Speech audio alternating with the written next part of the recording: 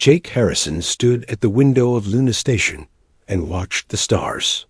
He had been watching them for 20 years now, ever since he became commander of Earth's main defense post. The stars looked peaceful tonight, but Jake knew that wasn't true anymore. War was spreading across the galaxy. It had been going on for 3 years now, and it was getting worse every day. Two big groups were fighting each other. One side called themselves the Coalition. The other side was the Dominion Empire. They were fighting over planets, trade routes, and who got to control what. Jake's job was to keep Earth safe. Earth had been part of the Galactic Council for 50 years now. They traded with aliens from many different worlds. They sold medicine, food, and special metals that only Earth had.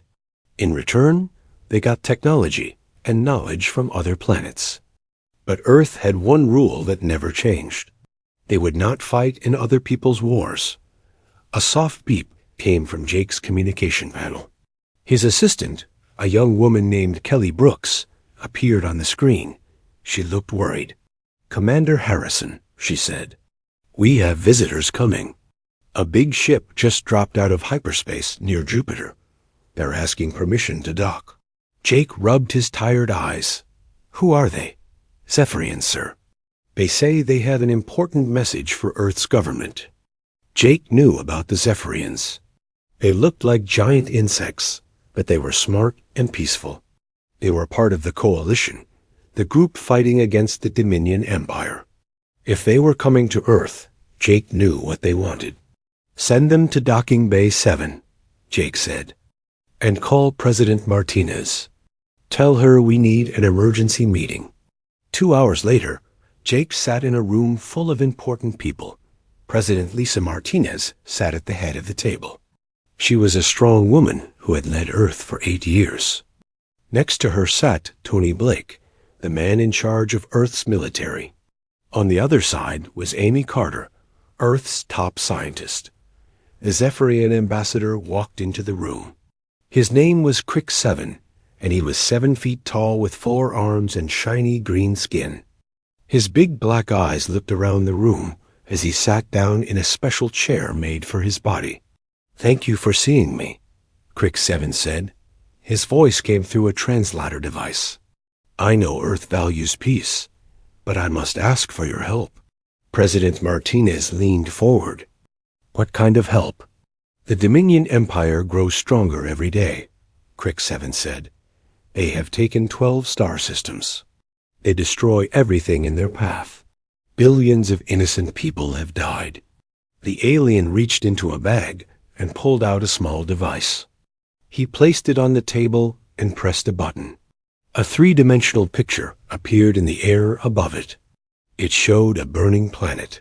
This was Kepler 438b, Crick 7 said. It had 2 billion people living on it. The Dominion came 6 months ago. Now there is nothing left but ash. Amy Carter gasped. Even Tony Blake, who had seen many terrible things in his life, looked shocked. "The Coalition fights hard," Crick 7 continued. "But we are losing. The Dominion has better weapons. They have more ships. We need Earth's help to stop them." "What exactly are you asking for?" President Martinez asked. "Join the Coalition," Crick 7 said.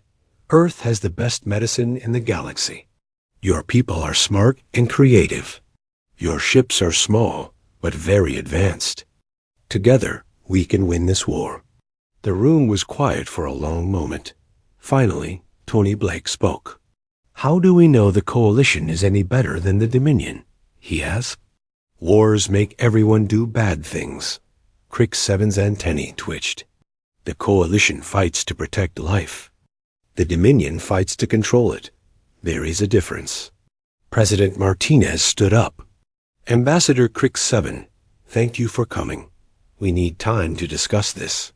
Can you stay on Luna Station for a few days?" "Yes," the alien said. "But please hurry. More people die every day this war continues." After Crick 7 left, the human leaders talked for hours. Tony Blake wanted to help the Coalition. He said the Dominion sounded dangerous, and might attack Earth someday. Amy Carter wasn't sure. She said war always led to more war. If Earth joined this fight, they might never have peace again. President Martinez listened to everyone. Finally, she made her decision. Earth has been peaceful for 50 years, she said. We've built something beautiful here. We trade with everyone. We help everyone. We don't take sides in other people's fights. She looked around the room. I know the coalition seems like the good guys. I know people are dying. But if we join this war, we become part of the violence. Once we start fighting, where does it end? Tony Blake shook his head. Sometimes you have to fight to protect what you love. And sometimes fighting destroys what you're trying to protect, President Martinez replied. Earth will not join this war. We'll keep helping both sides with medicine and food. But we won't pick up weapons. The next morning, Jake Harrison watched Crick 7's ship leave Luna Station. The alien had been disappointed, but not angry. He understood Earth's choice, even if he didn't like it. Jake didn't know that hidden in the asteroid belt, small metal objects watched everything. The Dominion had been listening to every word. They knew Earth had refused to join their enemies. But they also knew Earth had something they needed very badly. Soon, they would come asking for it themselves. As Jake watched the stars, he felt peaceful. Earth was safe. Earth was neutral. Earth would stay out of the galaxy's wars. He had no idea how wrong he was. 6 months had passed since the Zephyrians visited Earth. Captain Ryan Murphy guided his cargo ship, the New Horizon, through the space around Jupiter. His ship was full of medical supplies, heading to the outer colonies.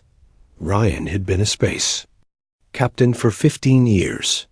He loved his job because he got to travel to different worlds and meet aliens from many species. Earth's decision to stay neutral in the Galactic War had actually made his job easier. Both sides in the war wanted to buy things from Earth. Captain, called his pilot, a young man named Steve Collins.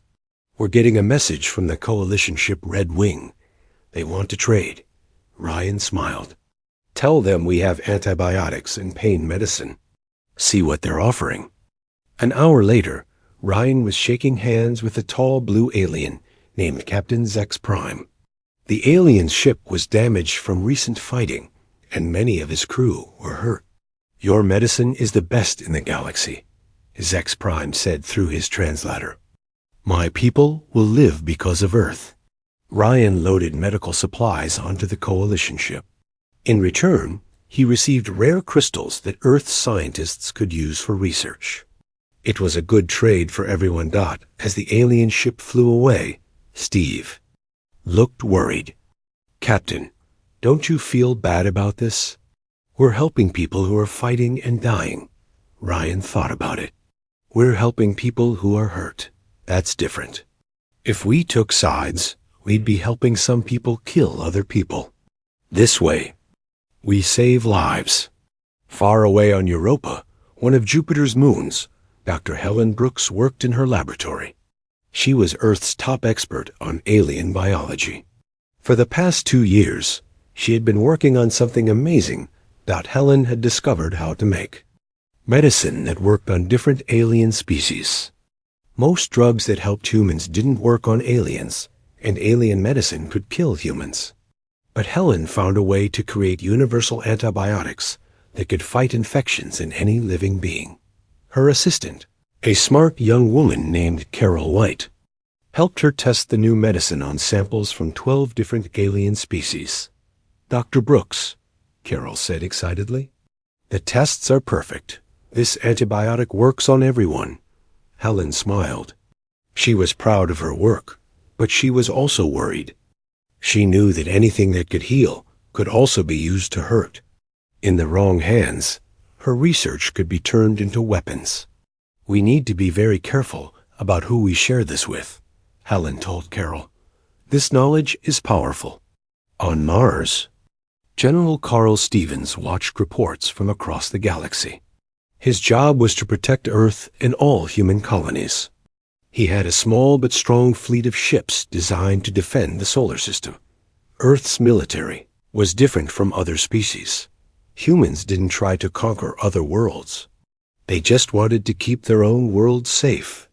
Stevens had only 50 ships, but they were the most advanced ships in the galaxy. His intelligence officer, Katie Wells, brought him the daily war reports. Katie was good at reading between the lines and understanding what the reports really meant. "General," Katie said, sitting down with her computer tablet, "the war is getting worse. The Dominion took 3 more planets this week." Stevens frowned. "How are they winning?" "I thought the Coalition had more ships." "They do," Katie replied. "But the Dominion has better weapons. They also don't care about killing civilians. The Coalition tries to protect innocent people, which makes fighting harder for them." Stevens nodded. He understood the problem. Good people always had it harder. Time in wars because they tried to do the right thing. "Any news about Earth?" he asked. "Both sides are still buying our medicine and food," Katie said. "But the Dominion is getting desperate. Their soldiers are dying from diseases that Coalition biological weapons cause. They need our medical technology badly." As Katie spoke, far across the galaxy, the Dominion Empire was having problems. Their leader, Supreme Commander Theknol, sat in his war room on the planet Krone Prime. He was a large, powerful alien with gray skin and sharp teeth. Around him stood his top officers. One of them, Admiral Vekmore, was explaining their biggest problem. "Supreme Commander," Admiral Vekmore said, "our forces are strong, but the Coalition's biological weapons are killing too many of our people. Our own medicine cannot cure the diseases they spread." Thaknol's eyes glowed red with anger. "What do you suggest?" "Earth," said another officer, General Vexcon. "Their medical technology is far beyond ours. If we could get Earth to help us, we could cure our sick soldiers and win this war." Thaknol thought about this, but Earth refused to join the Coalition. "Maybe they will refuse to help us too." Admiral Vekmore stepped forward. "Not if we ask the right way. Earth claims to care about all life. If we tell them our civilians are dying from plague, they might help us for humanitarian reasons." The Dominion leader smiled, showing his sharp teeth. "Yes, we will not ask them to join our war. We will ask them to save lives. Prepare the fleet. We go to Earth." Back on Earth, President Martinez was having dinner with her family. Her husband, Carlos, was a teacher. Her daughter, Emma, was 12 years old and loved to read books about space exploration. "Mom," Emma said, looking up from her soup, "my teacher says there's a big war happening in space. Is Earth going to fight?" President Martinez smiled at her daughter.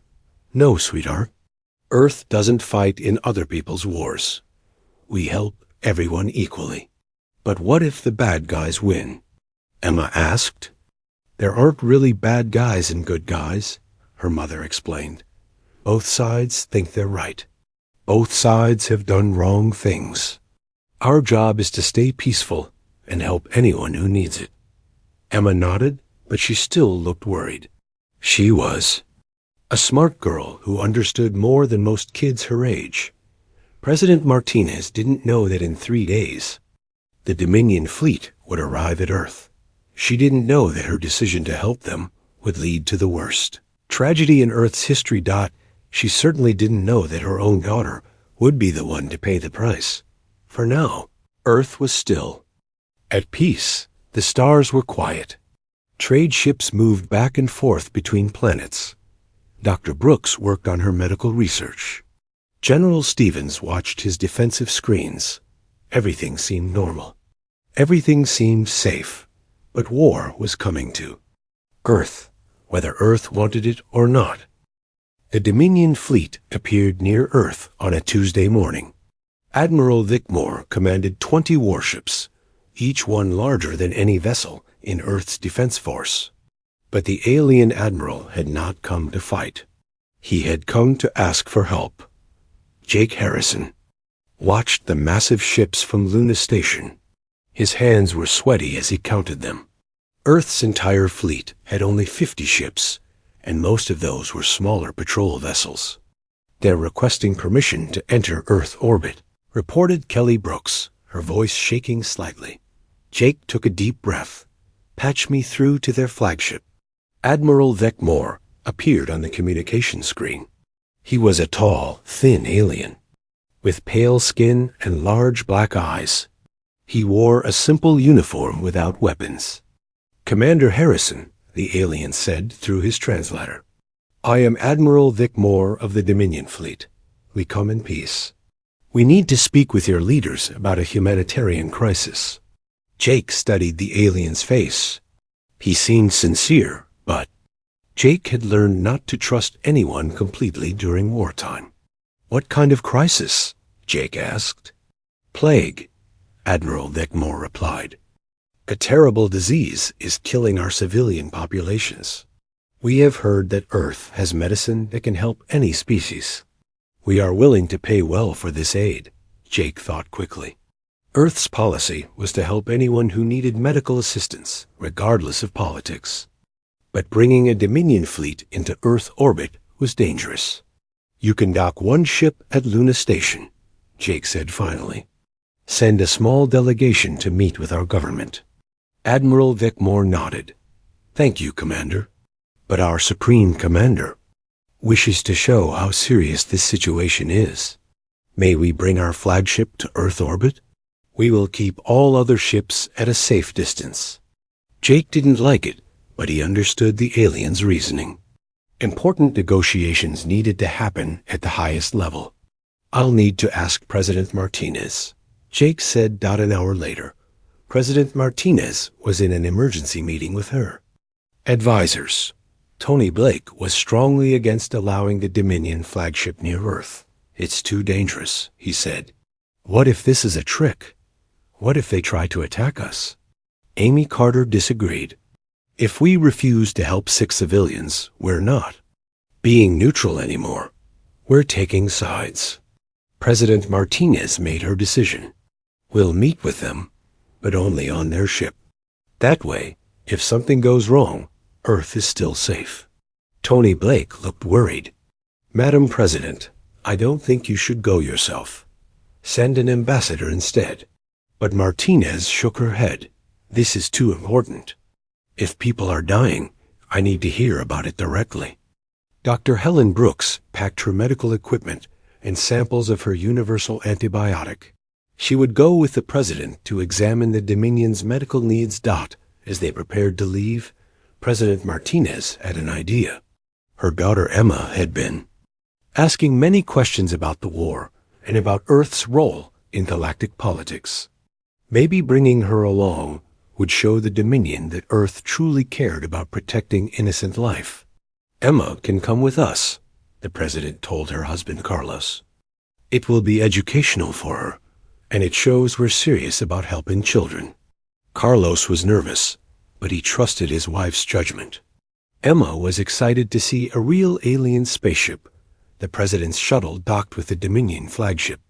3 hours later, Admiral Vecmore met them at the airlock with a small group of officers.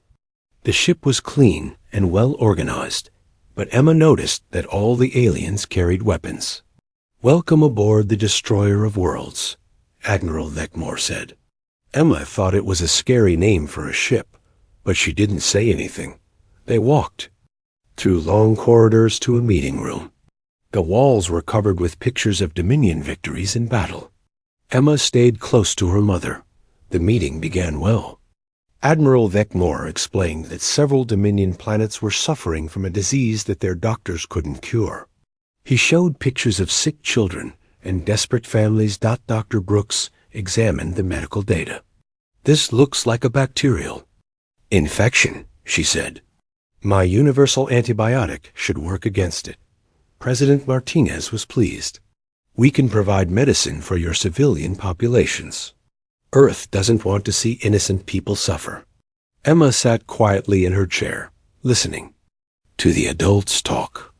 She was proud of her mother for helping sick children, even if they were from the enemy side in the war. But not everyone in the room was comfortable with the situation. Commander Veltar, a young Dominion officer, stood guard by the door. He was nervous about having humans on their ship. His people had been fighting the Coalition for 3 years, and he didn't trust anyone who wasn't Dominion. As the meeting continued, Emma began to feel restless. She was only 12 years old, and sitting still for hours was hard. She shifted in her chair and reached into her backpack to get a book to read. Commander Veltar saw the movement from the corner of his eye.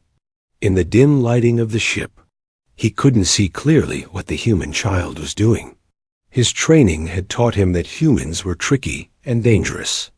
He had heard stories about human children being used as spies or assassins. When Emma pulled her book from her backpack, Veltar thought she was reaching for a weapon. "No," he shouted, pulling out his plasma pistol.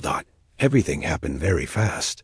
Admiral Vecmore turned to see what was wrong. President Martinez looked up from her documents. Dr. Brooks started to ask what was happening. Emma looked up from her book. Confused by the shouting, Commander Veltar fired his weapon. The plasma bolt hit Emma in the chest. The 12-year-old girl was vaporized instantly. Her book fell to the floor where she had been sitting. The room was completely silent for a moment that felt like forever. President Martinez stared at the empty chair where her daughter had been sitting just seconds before. Her mind couldn't process what had happened. Dr. Brooks screamed. Admiral Vecmore looked at Commander Veltar with horror and rage. In one swift motion, he drew his own weapon and shot the young officer dead. "I am so sorry," Admiral Vecmore sighed, his voice breaking. This was a terrible mistake. Commander Veltar was young and scared. He thought your daughter was. President Martinez finally found her voice. It was very quiet and very cold. "Get us off this ship, now." "Please," Admiral Vecmore begged. "Let me explain. This was not intentional. We can make this right somehow." President Martinez stood up slowly. Her face was pale, but her eyes burned with a terrible fury. "You killed my daughter," she said. "You killed my child. There is no making this right." Dr. Brooks took the president's arm and guided her toward the door. As they left, Admiral Vecmore called after them. "The plague," he said desperately. "Our people are still dying. Please don't let this mistake destroy our chance to save lives." President Martinez stopped at the doorway. When she turned around, her face was like stone. "Your people should have thought about that before you murdered mine." 20 minutes later, the president's shuttle was back on Luna Station. President Martinez sat in Jake Harrison's office, holding her daughter's book. It was a story about brave explorers who discovered new worlds and made friends with alien species. Jake had never seen anyone look so broken and so angry at the same time. "Madam President," he said gently, "what are your orders?" President Martinez looked up at him. When she spoke, her voice was different than before. It was harder, colder. "Call General Stevens," she said. "Tell him to prepare for war." Earth's 50 years of peace had just ended in the worst possible way. The funeral of Emma Martinez was broadcast across the entire galaxy. Every human settlement watched as the 12-year-old girl was laid to rest in Arlington Cemetery on Earth. Leaders from 50 different worlds sent messages of sympathy. President Martinez stood at the grave wearing a black dress. Her face was like stone, but tears ran down her cheeks. When she spoke, her voice carried to every corner of human space. "My daughter believed in peace," she said. "She believed that people from different worlds could be friends. She died because someone was afraid of a child with a book." The president paused and looked directly into the camera. "Emma died for peace. Now she will give birth to justice." Those words changed everything. Within hours of the funeral, President Martinez signed Emergency Order 1. All of Earth's industrial capacity was immediately converted to military production. Factories that made cars began making tanks. Shipyards that built cargo vessels started building warships. General Carl Stevens had been waiting for this order his entire career. He activated Plan Omega, a secret military project that had been prepared for 20 years but never used. "How long do we have?" President Martinez asked him during their first war planning meeting. 6 months, Stevens replied. "Maybe 8 if we push hard. Earth's industry is the most advanced in the galaxy. We can build a fleet faster than anyone else." Tony Blake pulled out classified files that most people didn't know existed. "We've been studying galactic warfare for 50 years, he said. "We know every species' fighting style, every weapon system, every tactical doctrine. We were neutral, but we weren't stupid." Amy Carter had the hardest job of all. President Martinez had asked her to turn Earth's peaceful science into weapons of war. "I need you to make them hurt," the president said. "I need weapons that will end this quickly." Amy nodded. She understood.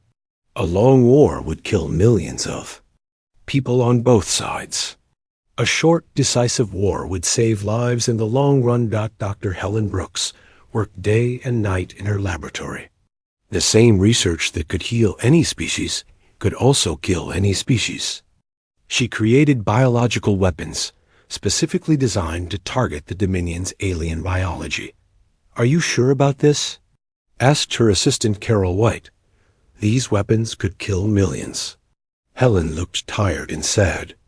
Emma Martinez was one child. "If we don't stop the Dominion now, they'll kill millions of other children."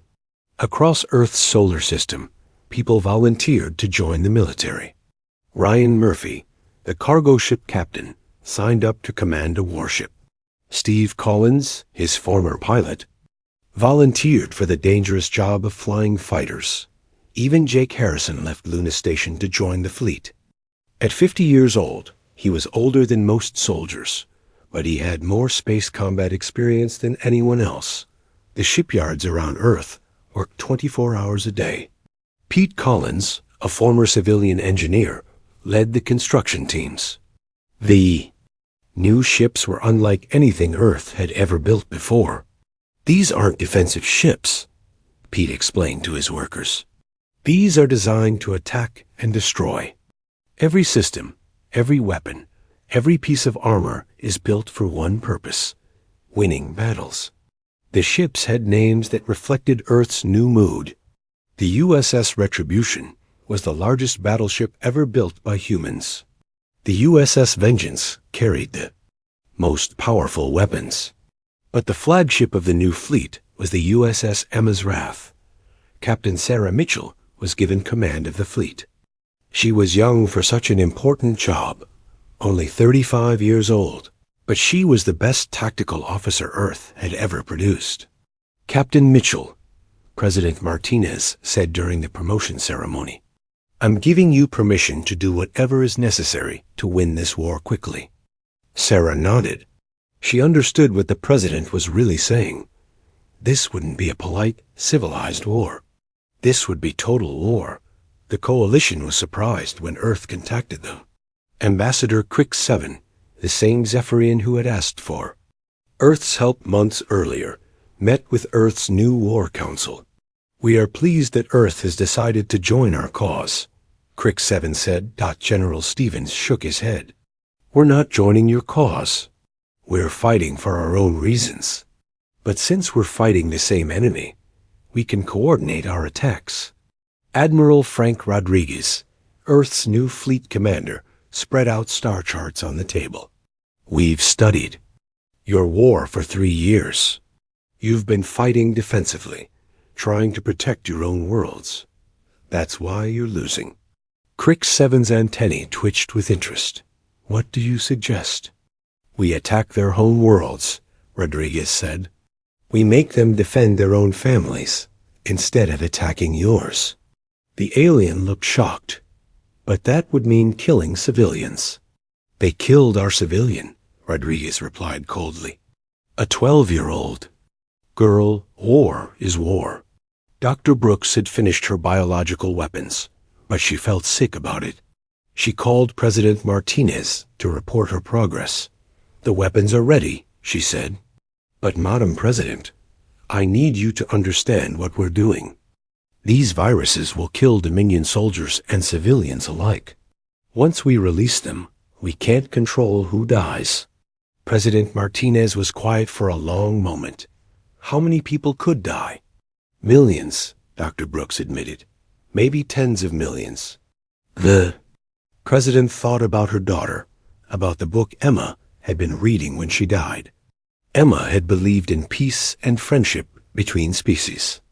Dr. Brooks, the President said finally, prepare the weapons, but don't deploy them yet. We'll use them only if we have to. Helen felt relieved.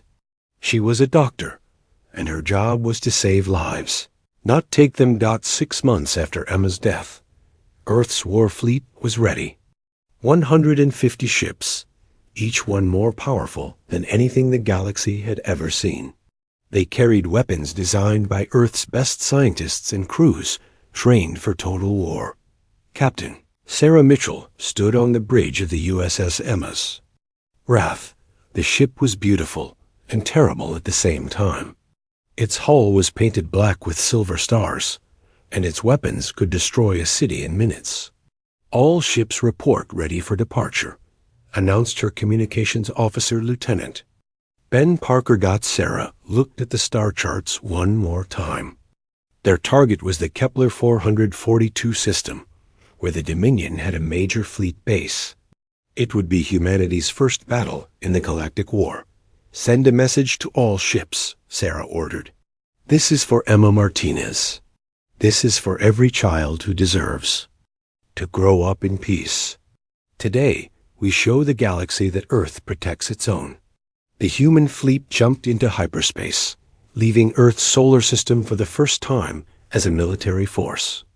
Behind them, President Martinez watched from her office window. I'm sorry, Emma, she whispered to her dead daughter, but they have to pay for what they did to you. Earth was no longer neutral. Earth was no longer peaceful. Earth was at war. The Battle of Kepler 442 began at dawn, ship time. Captain Sarah Mitchell's fleet dropped out of hyperspace in perfect formation, their black ships appearing like shadows against the stars. The Dominion Fifth Fleet was caught completely off guard. Admiral Kex Thul, the alien commander, had been expecting coalition ships with their bright colors and defensive formations. Instead, he saw something that made his blood run cold. Earth ships moved differently than any other vessels in the galaxy. They didn't spread out to minimize damage. They didn't try to protect their weaker ships. Instead, they formed a tight arrow formation and flew straight at the enemy like a sword thrust. All ships, Sarah broadcast on the open channel. This is Captain Mitchell of Earth. This message is for Emma Martinez, who died reading a book about friendship between species. The USS Emma's Wrath led the charge. Behind it came the USS Retribution, the USS Vengeance, and 147 other ships, each one carrying the fury of humanity. The Dominion ships opened fire first, but their weapons couldn't penetrate the human shields. Earth's defensive technology was 50 years more advanced than anything the Dominion had seen. Then the human ships fired back. The difference was shocking. Dominion weapons were designed to disable enemy ships and capture them for study.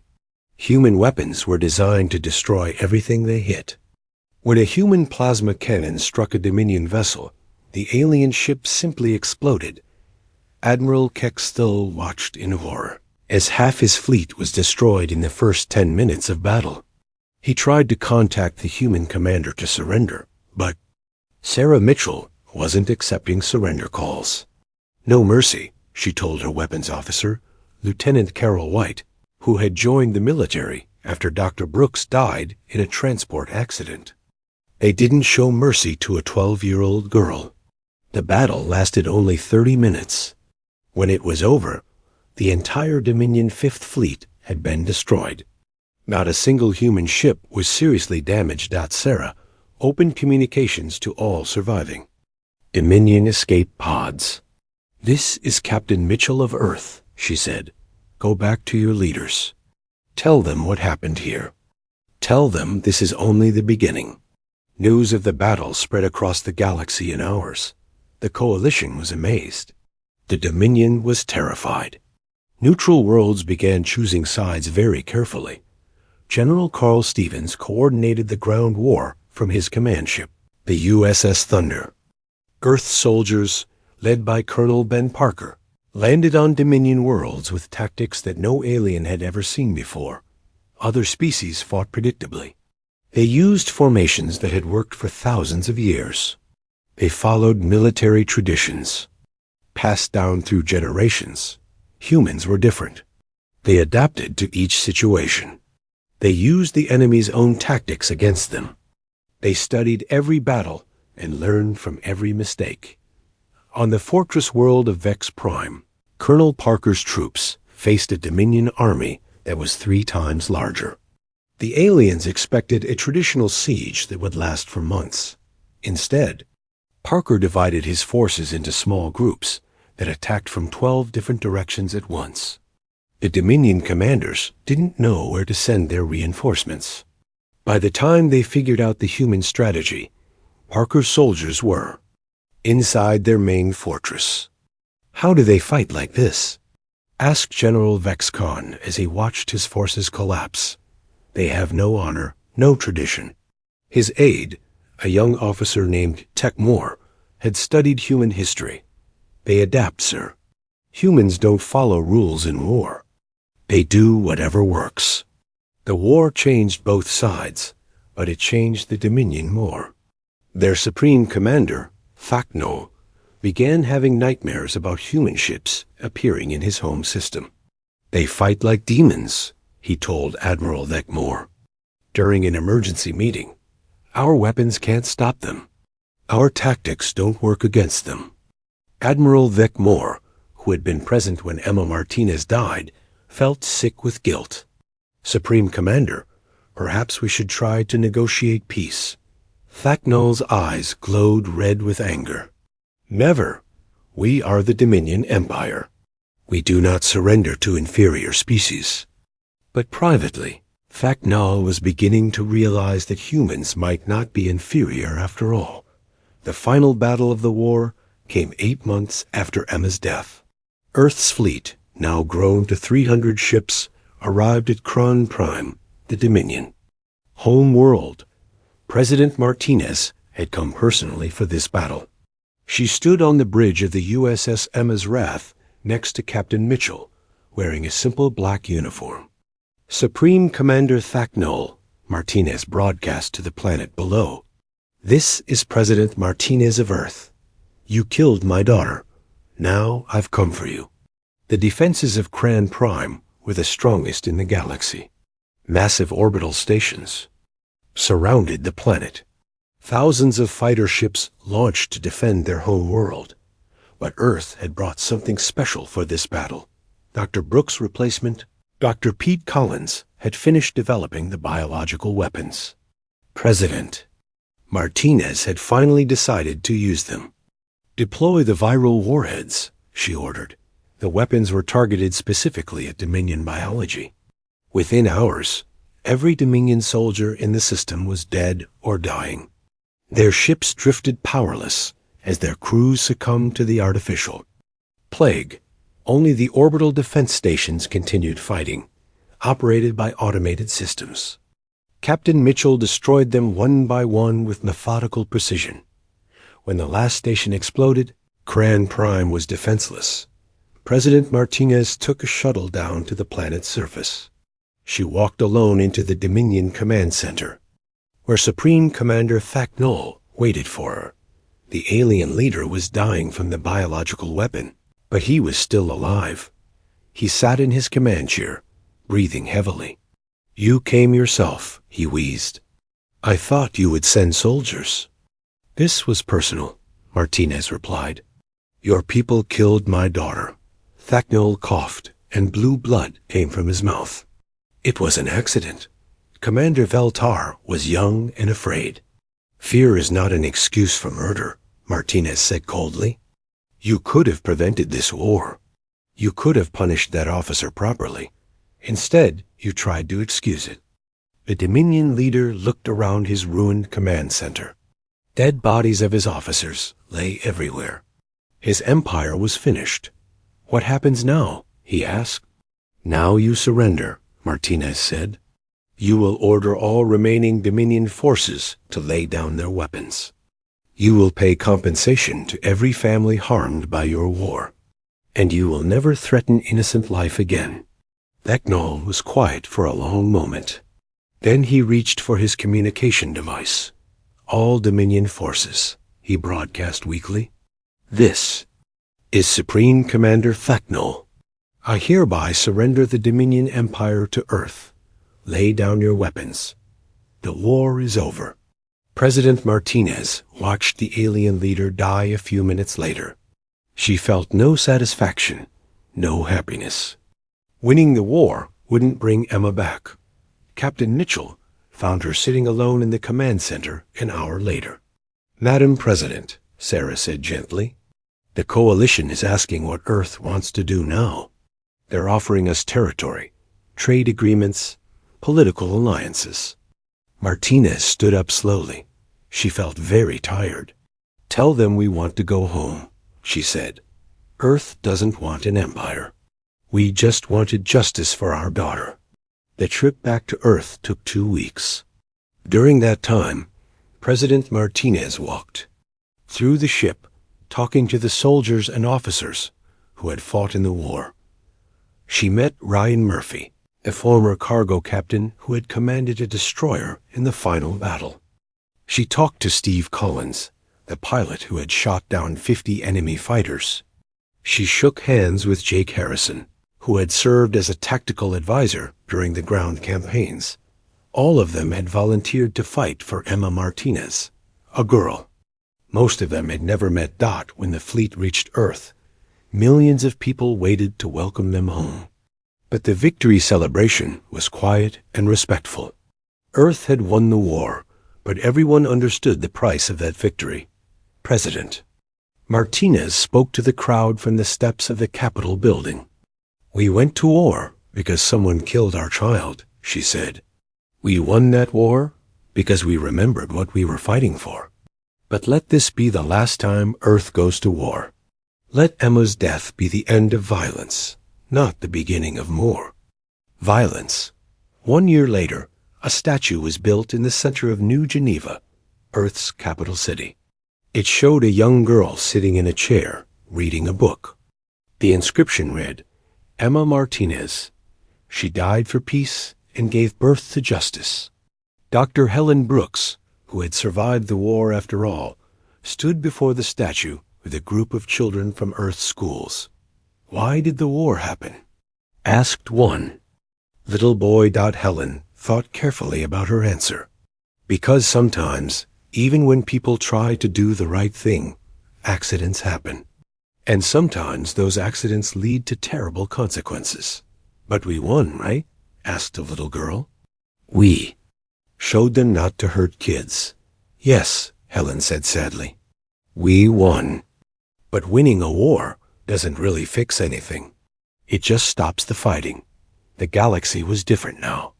The Dominion Empire had been broken up into smaller, peaceful governments. The coalition had become the dominant power, but they were careful to treat other species fairly. And Earth? Earth had returned to its peaceful ways, but everyone knew that humanity was no longer the same.